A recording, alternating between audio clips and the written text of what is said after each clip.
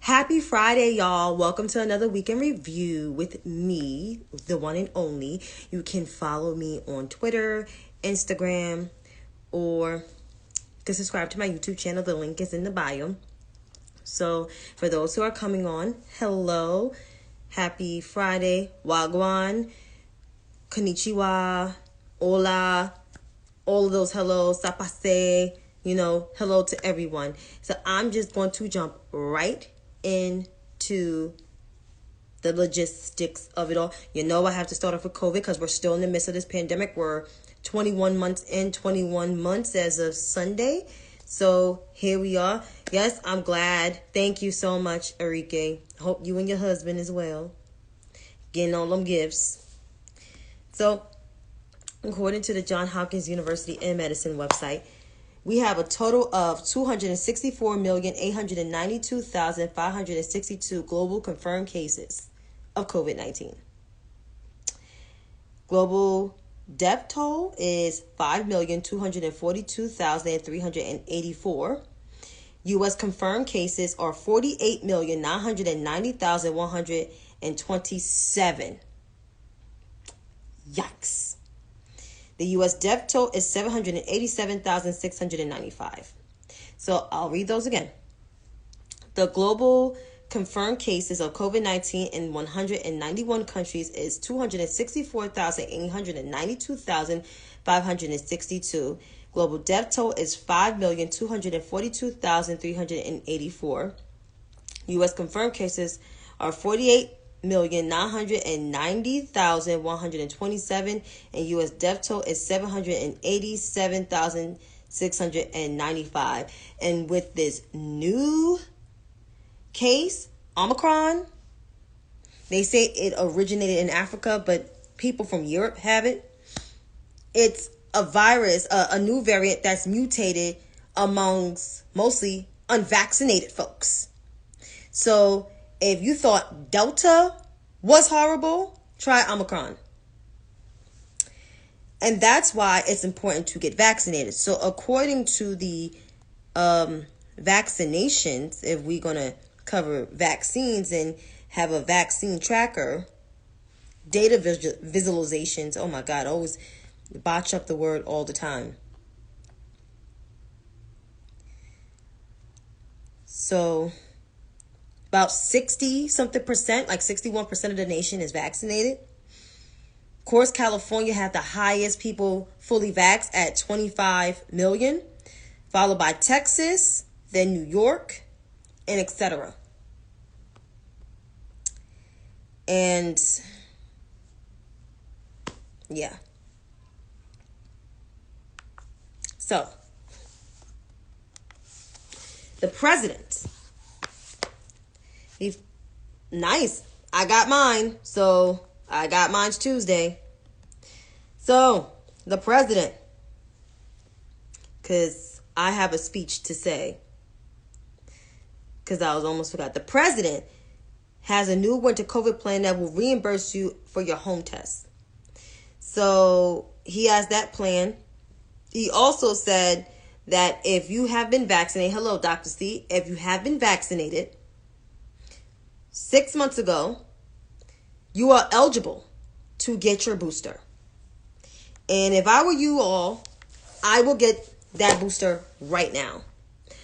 I got my booster Tuesday because I got vaccinated on May 27th. So last weekend made it 6 months. So Tuesday, this past Tuesday, on the 30th, I got vaccinated because my doctor's office do vaccinations every Tuesday. Boosters every Tuesday. So, with all this I'm saying, all these numbers I'm giving you, over 260 million people on this planet have confirmed cases of COVID or had COVID or got COVID or still dealing with the effects of COVID. Also,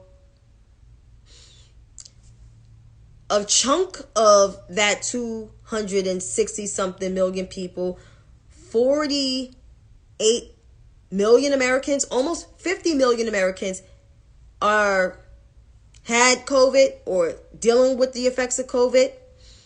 And almost 1 million of us is dead. Succumb. So almost 1 million of us, succumb to this virus. So, over 260 something million people on this planet had COVID. 25% of that number is most of the cases here in the United States, which is almost 50 million cases of COVID-19, and almost nearly 1 million of us, 1 million people, succumb to this. So I'm saying all of this because there are people still spreading misinformation about this virus. People that had this virus are still spreading misinformation after nearly almost dying from this virus and still having effects from this virus. People are listening to social media influencers, that includes celebrities, of taking either black seed oil, horse doomer, any stupid thing that they think they will be protected from COVID.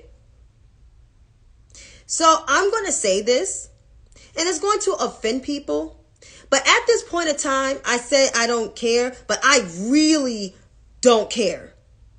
Like, I really, honestly don't care. If you do not get vaccinated, I don't even care what vaccine you take at this point. I don't care if you take J&J. If you're not vaccinated, you will have a serious case of COVID and eventually either get really sick behind this or have a fatal outcome. I'm at a point of saying either take the vaccine or die. Pick your poison. Because obviously people still not understanding. We are almost 2 years in. March will make it 2 years in.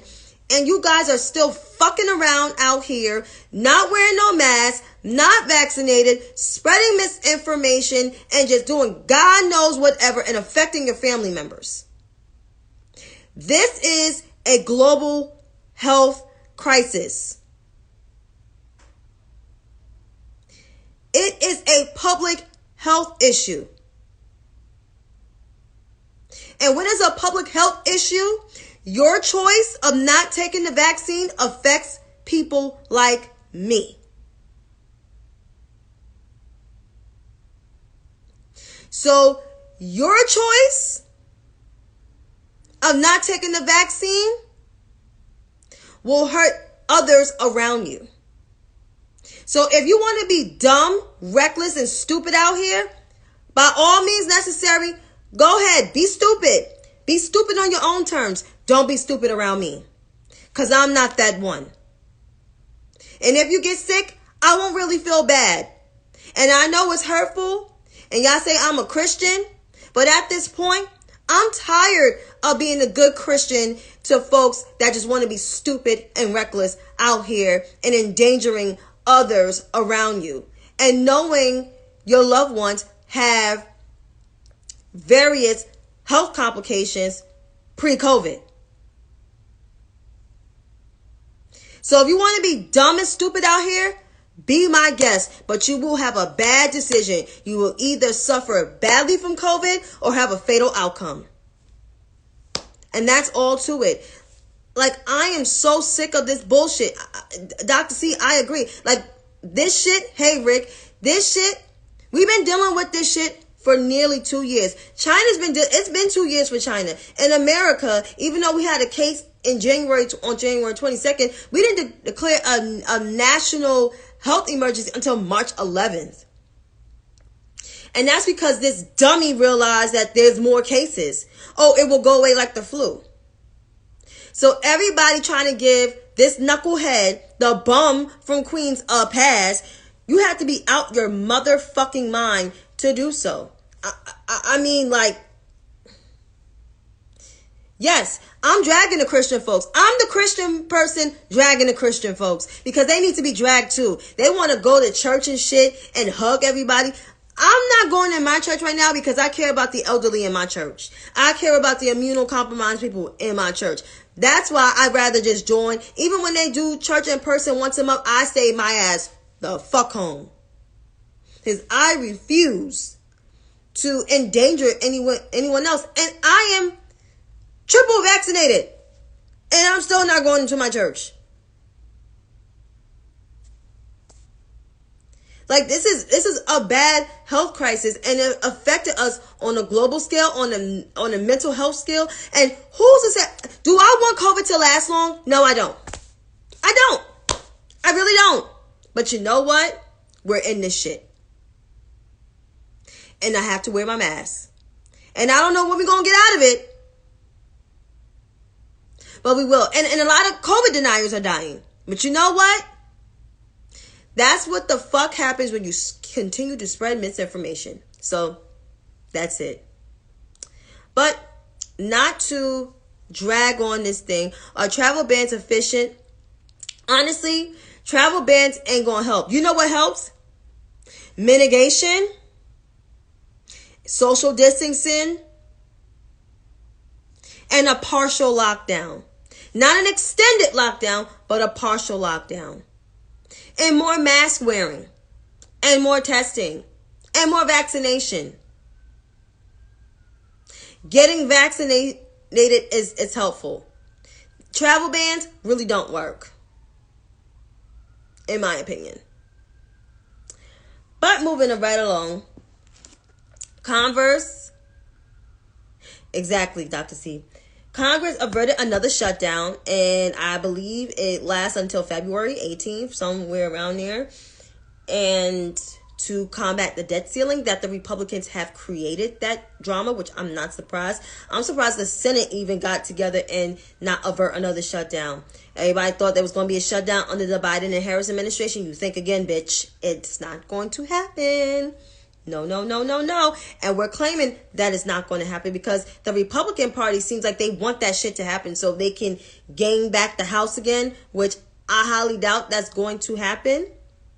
Also, the Build Back Better agenda is supposed to be voted on before Christmas. It's supposed to pass by Christmas from the Senate and then go back to the House. I hope and pray the bill does not get marked up because I don't know what Joe Manchin's issue is. In some part of the world, I really don't trust cinema. So it's just like, this has to pass. Because if this bill is being held up, it's not going to look slightly good. It's going to look okay for Democrats, but it's still not going to be a win. And there's more stuff that got to be passed. Voting Rights Act. Let's see. The George Floyd Justice and Policing Act. Those things got to be passed. Immigration has to be fixed. There's so much shit that has to be done. So everybody, honestly, at this point, all this partisan and ideological fight is really unnecessary at this point. Because at the end of the day, people put your asses in to do the work. You get $174,000 to serve us. We hire you and we can fire you at the ballot box. So if you want to F around and parade your ideology or what you want cut out of a bill, you will mess around and find out you will suffer a lot of political implications and repercussions. And that's just what it is. And to the mainstream media, the biggest thorn in the political spectrum on a thorn in the side, it's the Republican Party. The Republican Party has showed time and time again, has showed their hand that they don't care about the American people. They care about their pockets and their donors. They don't care about their constituents because most of their constituents is poor, ignorant, and dumb. And I'm sorry, but that's what it is because you keep voting for the same dumbass people that show their hand time and time again. Some of them same ignorant ones voted for the infrastructure bill, but still at the same time, they showed their hand. They did not vote for the Build Back Better plan. They did not vote for the Voting Rights Act. And they did not vote for the George Floyd Justice and Policing Act, so you know where they stand. You know where they stand. Even those good Republicans like Liz Cheney and Adam Kinzinger, you know where they stand. So doing this character assassination about the Democratic Party, even though Joe Manchin and Kyrsten Sinema get on my goddamn nerves half of the time, but they will vote with their party when it is crucial. When it's a crucial thing, even the squad, as much as they get on my nerves, they will vote with their party if it's extremely crucial. I'm still mad about the infrastructure bill, but they will vote for with their party when it's mostly necessary. Unlike the Republican Party don't vote for shit. Okay? They don't vote for nothing. This Reagan trickle economics is still in effect today, unfortunately. And the Republican Party has showed their hand in that. And now they embrace Trumpism. They embrace bumness. And insurrectionists. And conspiracy theorists. And QAnon. They don't care about the American people. So stop making it seem like the Democrat Party is in a disarray. Because they're not. It's an ideological thing, but they're not in a disarray. So please cut the bullshit. And it leads right into the midterms. Because the mainstream media's narrative of the Democrat Party is they're in a disarray. They can't pass a bill. Or ADOS, they can't pass a bill. Oh, they're not passing reparations. There is a bill for reparations. HR 40, I think. That's the name of the bill. That was by Sheila Jackson Lee. Yes, it was. And there's a lot of support behind that bill. So that's exactly why the mainstream media need to cut that bullshit out and making the Republican Party seem like they're the party of they stopped being the party of Lincoln, Eisenhower, and even Reagan, okay? They stopped being a party of that. They're the party that embraced insurrection and white supremacy. And white supremacy has always been around that party for quite some time. It's just now, it's just showing its face. It's just showing its face. So please, cry me a motherfucking river. And also with midterms, there are senatorial races that are still in effect. There's gubernatorial races. Stacey Abrams announced her run, which is awesome, which is good. So now I believe there's 7 black women. There's a woman for Oklahoma. I forgot what the 7th state was, but there are black women running for governor. And I have a message for these follow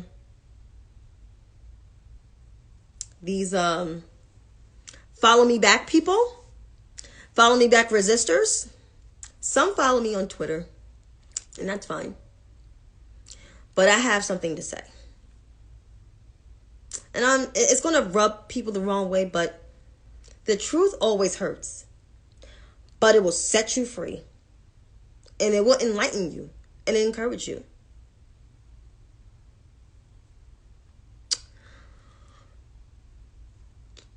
I have to say, I'm sorry, I'm about to lose my train of thought, but this is to the follow me back resistors, the ones with the Black Lives Matter hashtags and, the LGBTQ ally, the fist in here. The old relic of the Democratic Party is gone. It died. It died before COVID.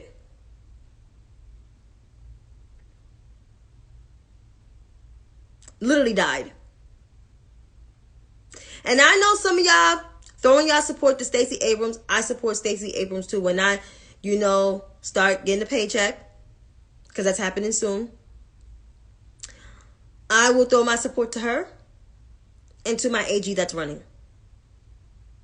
But the fact is this black woman could run, but not that black woman. I got a problem with that. I encourage all black women to run for various offices, from the local level to the state level to the federal level. Whether they're running for mayor, governor, senator, being confirmed as a judge, or president, I will support a black woman that believe in idea values and my values. So when you guys trash black women because they're not prosecuting Donald Trump as fast as you want to, you look like a fucking asshole and a misogynistic ass dummy. So praising a white man that you never heard of, who served in Congress, who almost got his ass beat in his race, whose county went red in the last election, I think you guys want to shut the fuck up. And this is for the New York white resistors with the blue waves. Yes, I'm talking to y'all. Because I wanted to get y'all asses for a long time. Because y'all been tweeting some real crazy ass shit online. Y'all been tweeting some real crazy ass shit. Y'all retweeting Stacey Abrams all through your timeline, but trashing the women that's running in the race. I'm gonna need for y'all to make that shit make sense. It's this black woman, but not that black woman? No. That's not how that fucking works. Black people see you and see what the fuck y'all doing on Twitter and in person. And what the fuck y'all doing is crazy. 3 people that used to follow me blocked me. Because why? Because I called them out on their misogynoir and their racism. You're not going to sit there and trash any black woman that's running for office or fundraising for any black person. You're not going to do that. One blocked me today because she got mad because I called out a white person who's supposed to be a lifelong Democrat ready to vote for Lee Zeldin. The fuck? Dr. C called him out. You got to call these people the fuck out. That's why half of the time, Martin Luther King always said, and his word stands true, don't trust the white moderate. They said that. And you gotta believe it. So till you follow me back, resistors. I see your racism. I see your misogynoir. I see it all. Propping up Tom Suzy. It's not happening. He's not going to win. At the end of the day, it's going to be a 2-woman's race. Whether you like it or not. So if you white moderates upstate New York and some of y'all in Long Island, even Manhattan, if y'all got a problem with 2 women running in the race, if you got a problem with a black person running in the race, y'all need to check your own fucking racism. Because at the end of the day, everybody's entitled to run for office. And that includes the governorship. The Democrat electorate has changed. It is now more diverse and much darker and colorful. There's black people, there's Hispanic people, there's Jewish people, there's Asian people, there's indigenous people, and the LGBTQ plus community. If you got a problem with that, maybe you want to vote for Republicans. Like I said, we don't need your votes. It proved time and time again, we don't need your votes. And FYI, black people won their races last election, unlike white moderates, as Terry McAuliffe. But now it's time to read, folks. I'm on a roll here. Yes, Dr. C, there was, I'll send you the screenshot. It was a white person ready to vote for insurrectionists. And don't be surprised if Lee Zeldin gets subpoenaed or indicted at the same time, because Trump is going to get indicted in March. I have a feeling. I know that. I keep saying this because I believe in it. Because it's going to happen. He's going to get indicted by Alvin Bragg and Damian Williams, the U.S. attorney in the Southern District of New York that represents 5 boroughs. Yes, Kenny. Yes. Oh my God. And hey to you. Hey to everybody that just joined. Hello. Wagwan. Hello. But it's time to read. I've been waiting to do this all day. All day. So, Miss Susan Brooke Sarandon, the has-been actress, the wrinkled, dry-faced, no ole lady. Yeah, her. Seemed like she has the vice president on her mind. I don't know for why. But this heifer had the nerve, the mother effing audacity to do this.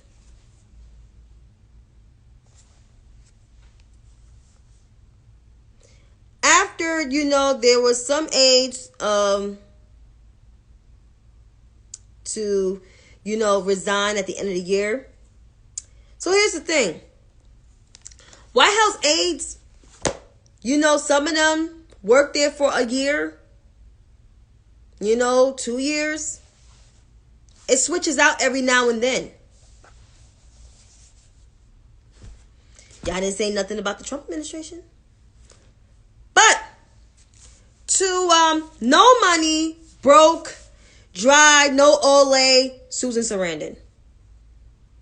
I used to watch her movies. Thelma Louise. Let's see. Stepmom. The movie with Goldie Hawn. Yeah, I used to watch your movies. And then when I actually heard you open your mouth back in 2016, saying that you were okay with the Trump administration, a future Trump administration, that's when I lost my whole respect for you. I did. Because why? Because you show time and time again that you don't care about black people or people of color in this country. And yes, I forgot about the Rocky Horror Show. Because why? I didn't really like that movie too much. It's not my kind of movie. But I did like Stepmom. It's probably the only movie I liked that you did. But Susan, I know the last couple years has been rough because you have not been really in any big silver screen movies. Because you showed your ass in 2016. You voted for ashy ass, your fellow no moisturizer sister, Jill Stein. So since then, you haven't been booked, and you're probably overlooked. So Susan, instead of, attacking the vice president of the United States, I love saying that. How about figuring out what you're going to do in retirement? Like take care of some grandchildren. Do you have any grandchildren? I don't know. But to no money, Susan Abigail Sarandon. I don't know why you still got that man's last name when y'all divorced. You're a has-been actress. You're a jealous broad. You're a loser. You're terrible. And you will always forever be not booked and overlooked and not hired again for any big silver screen movie because you're a chaos agent on Twitter and you engage in petty and stupid shit. You keep disrespecting women of color because you're disrespectful as fuck. And you don't care about the needs of women because if you did, you would have voted for Hillary Clinton. Instead, you voted for chaos agent herself, Jill Stein. So until then, Susan, Nobody gives a fuck about your sentiments. So you can continue just to, I don't know, find a clue somewhere. Find a job. Because you ain't shit. All right, his face. Yeah, F them. Well, Chrissy Alley, you know, she smoked too many Newports in her life. You could tell she smoked Newports in her life. So, I don't know if she's a white moderate or white conservative that you don't trust. She's full of shit. And two white progressives out there. And some misogynistic ass black men like Dr. Lamont Hill and Mr. Eddie Glaude Jr. Yeah, this is for y'all. All this tweeting y'all doing protect women's rights. Where was y'all concerned back in 2016 when everything was on the line? When Hillary Clinton, the Democratic nominee herself, said everything was on the line, the courts were on the line. Mark was at the Breakfast Club. Eddie Glaude was screaming on MSNBC and writing dumbass articles saying that he's not voting for Hillary Clinton. Susan Sarandon was on MSNBC laughing of a possible Trump administration. Brianna Gray was tweeting about the SCOTUS don't matter. Walker Bragman was writing about the liberal case for Donald Trump. And Ryan Knight was actually a shill for the Democratic Party back then, when he actually was a decent person before he became a crazy person. So to all of you corrupt, disgusting, prejudiced progressives, and some of you black mammies for the progressive agenda or progressive caucus, this is for you. Within, you know, the Twitter caucus, this is for y'all.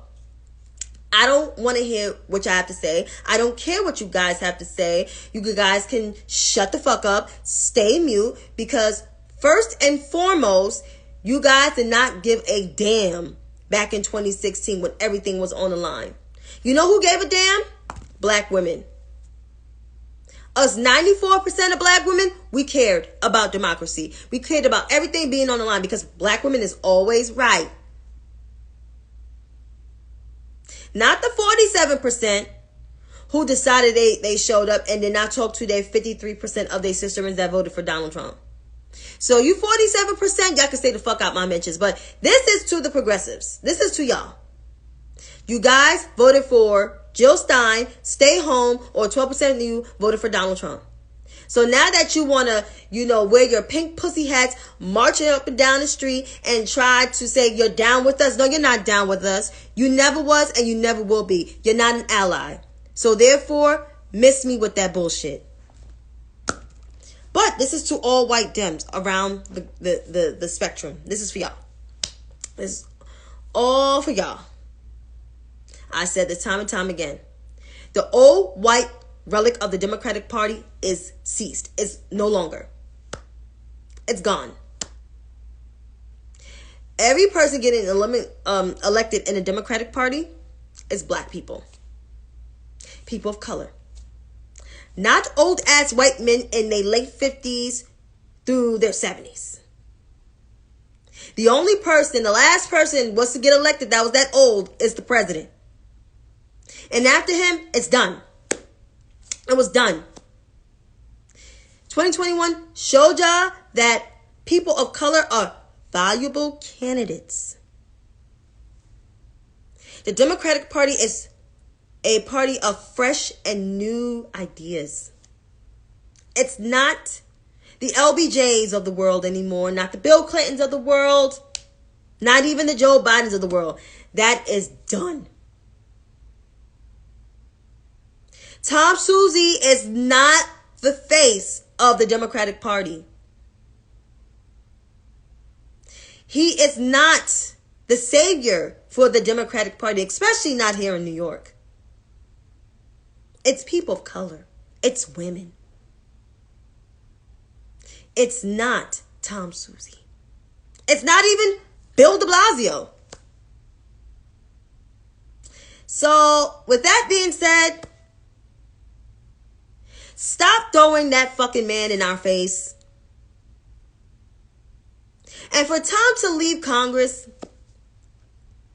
You just left your seat for you just barely won your race. You left your seat for a Republican to take your seat. But you know what? By all means necessary, do you, brother. Do you. Do you. But I will end this for all of you folks out here. Stay vigilant. Stay open. And if you canvassing for candidates, fundraise. Dr. C's fundraising for Stacey Abrams. I probably will canvass for my AG because I said I was going to take care of home first. Some people are mad that I'm taking care of home first, but I'm taking care of home first because that's my candidate. I have said this time and time again. I always wanted to see somebody challenge somebody. People going to get mad. Cuomo was okay at the time. He did good things for our state, but you've been in there for a long time. It's time to pack it up. And Kathy, you've been in there for 7 years as a lieutenant governor, and now as a governor. I don't know how you're doing. You're not doing that great. So therefore, at the end of it all, I'm canvassing for my candidate. So that is that. And we take care. Yep, we are the party that care about you. Yep, that should be the tagline, and people need to take that advice. So till then, folks, it was a good 40-something minutes. I have lasted as long as I am. I'm going to put this on my YouTube page, put some clips on Twitter, maybe put one on there tonight and the rest tomorrow. So until then, have a wonderful night, and thank you for rocking out with your girl.